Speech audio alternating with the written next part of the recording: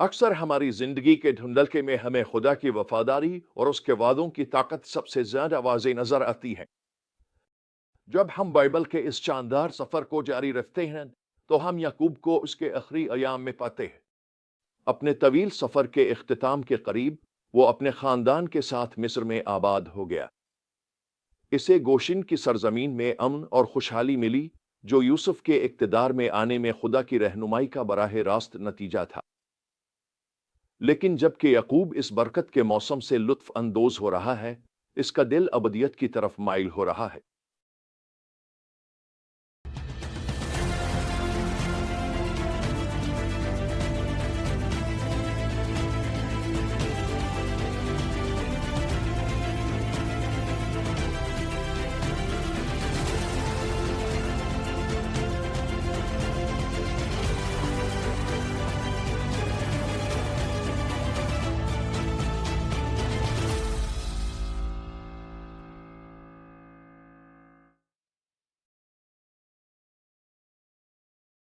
एक जज्बाती लम्हे में याकूब यूसुफ को बुलाता है और एक ऐसी दरख्वास्त करता है जो गहरी ईमान से जड़ी होती है।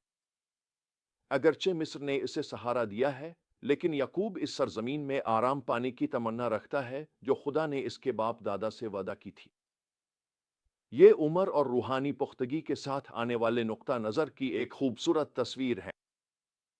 खुदा के साथ जिंदगी भर की कशमकश, बरकतों की बुलंदियों और नुकसान की गहराइयों से गुजरने के बाद याकूब ने अपनी नज़र को कायम रखना सीख लिया है।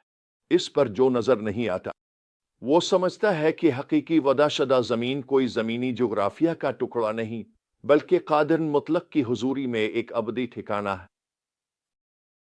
जब याकूब अपने पोतों अफरायम और मुंसी को बरकत देने के लिए जमा करता है, तो हम इस अबदी नुक्ता नज़र को अमल में देखते हैं।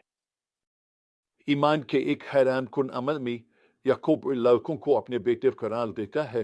उन्हें अपने पिलूट है लाउनियन और शमून के बराबर दर्जा अता करता है। ये एक ऐलान है कि खुदा के मकासद इंसानी रवायात और हुदूद में मुक़य्यद नहीं होते, बल्कि इसकी बरकतें अक्सर गैर मुतवक्के ज़राए से आती हैं। और फिर एक लम्हा जो अलामती मानों से भरपूर है, याकूब अपने हाथ बढ़ाता है ताकि उन लड़कों को बरकत दे। रूह अल कुद्स की हिकमत से रहनुमाई पाते हुए वो अपने हाथों को उबूर करता है। अपनी दाएं हाथ, जो बड़ी बरकत की अलामत है, छोटे बेटे अफराइम के सर पर रखता।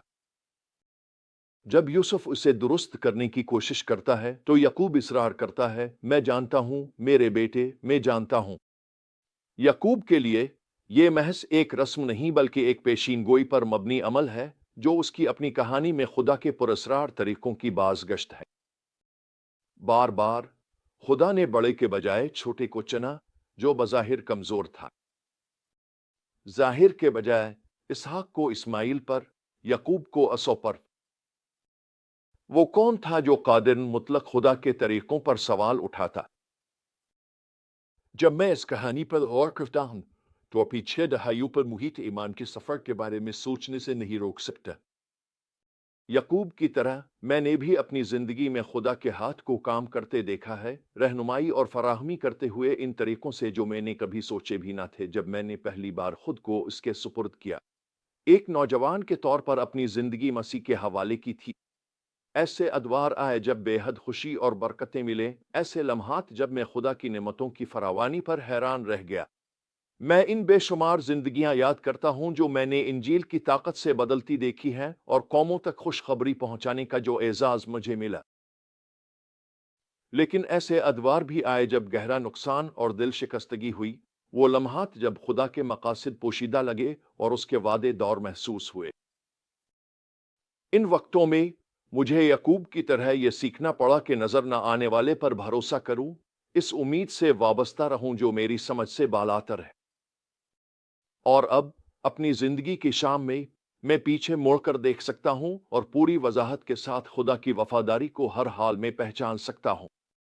वो वादे जो उसने मुझसे एक नौजवान मोमिन के तौर पर किए थे, जिंदगी, मकसद और अबदी उम्मीद के वादे, वही मेरी मजबूती और मेरी खुशी का बाइस रहे। जैसे डॉक्टर फ्रैंक लाबाक, जिन्होंने अपनी तवील खिदमत के इख्तिताम पर बेदारी के शानदार समरात देखे, میں بھی پورے یقین کے ساتھ کہہ سکتا ہوں، اے خداوند، میں نے زندوں کی سرزمین میں تیری نیکی دیکھی ہے۔ اب میں تیار ہوں کہ تجھ سے روبرو ملوں۔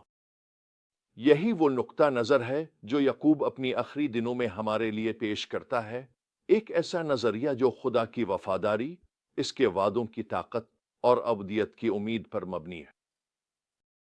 یہ ہمیں یاد دلاتا ہے کہ چاہے ہم اس زندگی میں کسی بھی غم غیر یقینی صورتحال کا سامنا کریں، ہم خدا پر بھروسہ کر سکتے ہیں، جو ہماری کہانی کو سنبھالے ہوئے ہے اور ہر لمحے کو اپنے کامل منصوبے میں باندھ رہا ہے۔ تو یعقوب کی طرح اپنی نظریں ان چیزوں پر جمائے رکھو جو نظر نہیں آتی۔ خدا کے وعدوں کو مضبوطی سے تھامے رکھو، چاہے سفر طویل ہو اور راستہ غیر واضح، اور اپنی آخری دنوں میں وفادار رہو، ایسی برکت کی میراث چھوڑو جو نسلوں تک گونجتی رہے۔ کیونکہ یہی خوشخبری کا اصل پیغام ہے، وہ نجات کی خبر جو مسیح میں ہے۔ ہر غم کا ازالہ ہوگا، ہر زخم بھرے گا، اور ہر تمنا جلال کے بادشاہ کی حضوری میں پوری ہوگی۔